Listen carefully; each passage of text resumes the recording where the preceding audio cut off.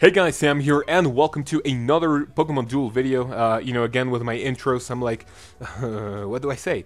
Welcome to another video on the Road to Top 100 series. Today we have, an even more interesting matchup against a 36-11 player.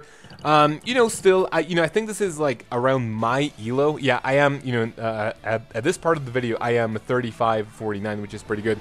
Always do the standard opening that you have seen in the previous two videos, but wait, the Gengar, pretty weird.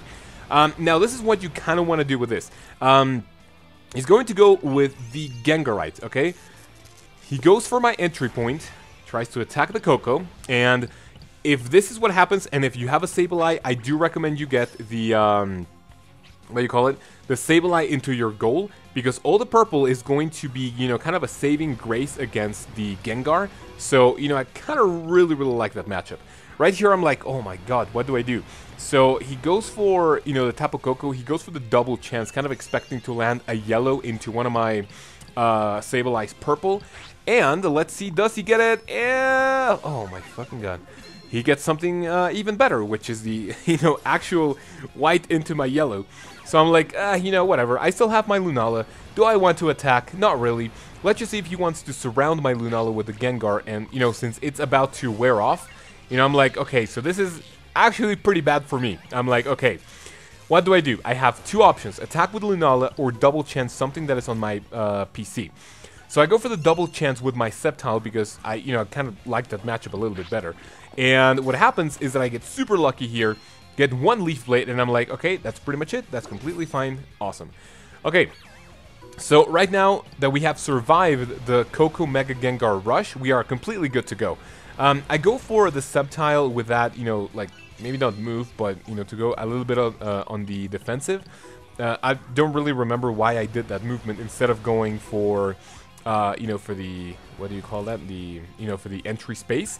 I revived my Sableye since, you guys know, obviously, one of the best counters for that.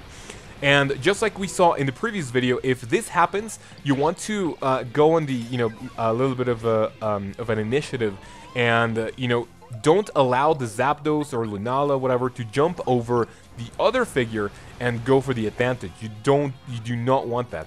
So I put my Zapdos there, kind of expecting the enemy Zapdos to knock out my Sableye, and if that happens, I have the, the advantage since, I have, okay, I don't have the Tapu Koko, so I don't remember why I did that. Anyway, he goes for that, and I am, I'm like, okay, if I lose my Sceptile, it's not going to be that bad. So I go for the Zapdos. At this point, I haven't knocked anything out. It's 4v6. That's pretty sad. I get the unlucky Roost, and I'm like, oh my fucking god, what do I do, man? He can't really jump over since, I can't potentially... what do you call that? Since I can't... I forgot what I was going to say.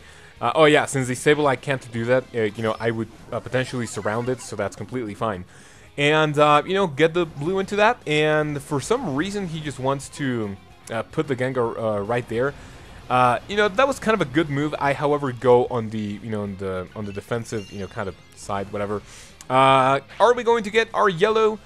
Drum roll, please. Yes. Okay, so this is kind of a really bad matchup. If you are against the Lunala with everything maxed out in the white attack, that's not really that efficient. So kind of try to avoid it as much as possible. That doesn't work that often. Trust me.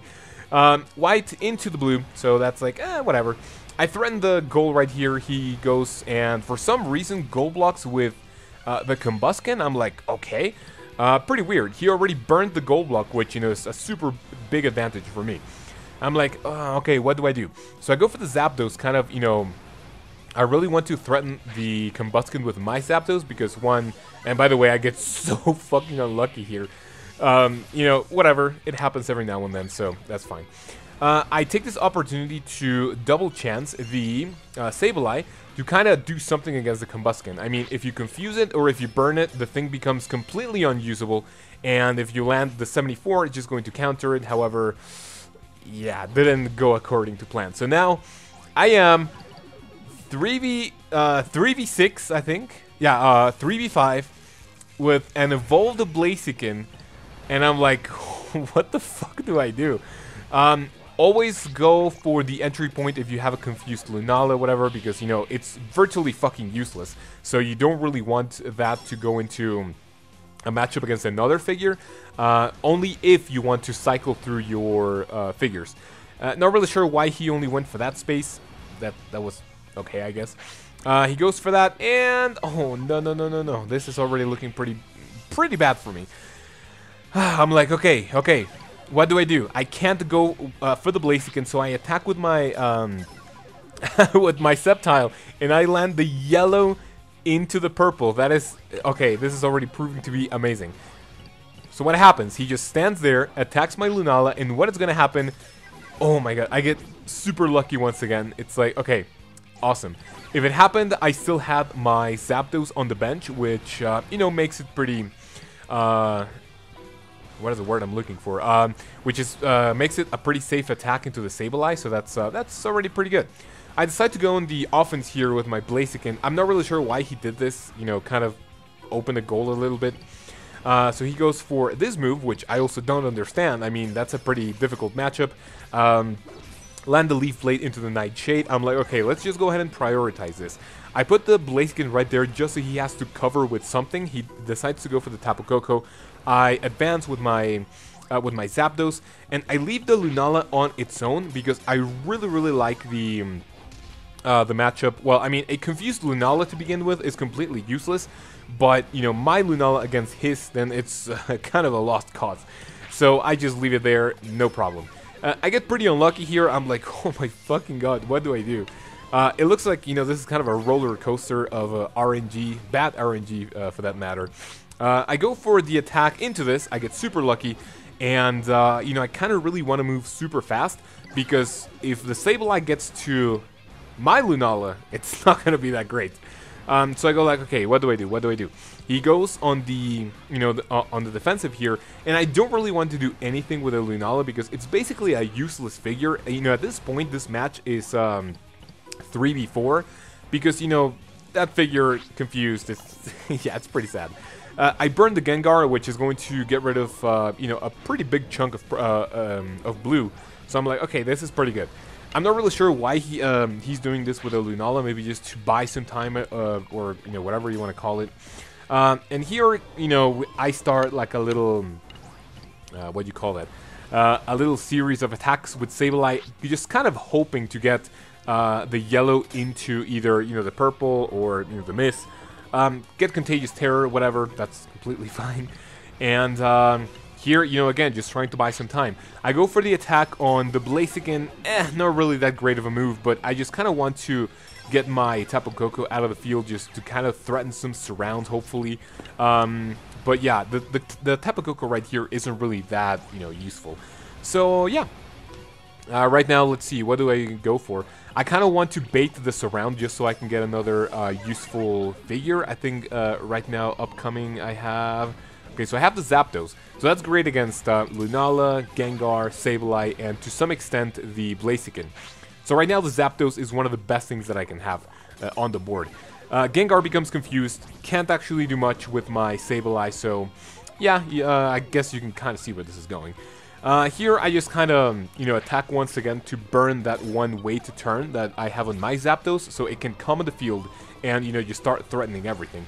So the Lunala goes for the Safe Blade, goes for the, you know, for the entry point. Gengar starts to go, you know, a little bit on the offense here. I go a little bit defensively because I really don't want a surround. First, I kind of want to get rid of either the Lunala or the Gengar just so I can start advancing again.